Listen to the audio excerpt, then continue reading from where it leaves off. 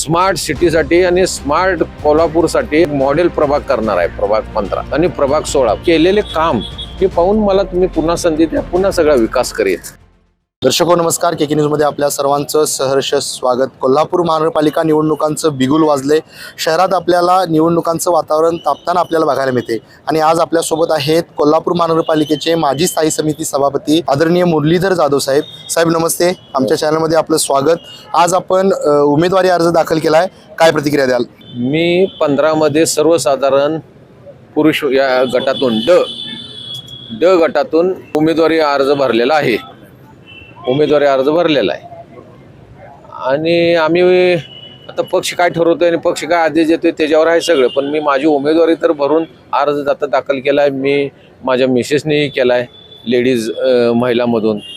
मग आता काय पक्षाचा आदेश असतो, पक्ष आम्हाला कोणतं तिकीट देणार आहे महिलांचं किंवा ह्याचं, त्यावर माझं सगळं आदेश राहणार आहे. वरून आदेश येईल तो आम्ही सर्वश्रेष्ठ मानतो आणि त्याप्रमाणे वागतो. माझा तर हा स्वभाव आहे. कोल्हापूर महानगरपालिका निवडणुकीच्या पार्श्वभूमीवर आपले काय व्हिजन असणार आहेत?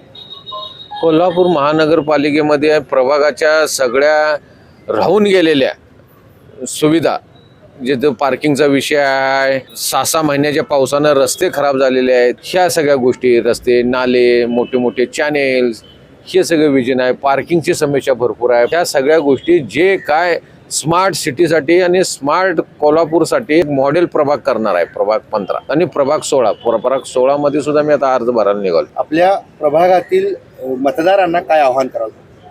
मतदारांना आता आवाहन केले की बाबा माझं सगळं आजपर्यंत केलेल्या 30 वर्ष आम्ही नगरसेवक म्हणून आहे.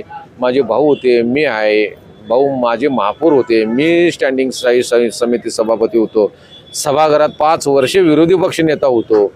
तर माणसांना सांगणार की केलेले काम हे पाहून मला तुम्ही पुन्हा संधी द्या, पुन्हा सगळा विकास करेल.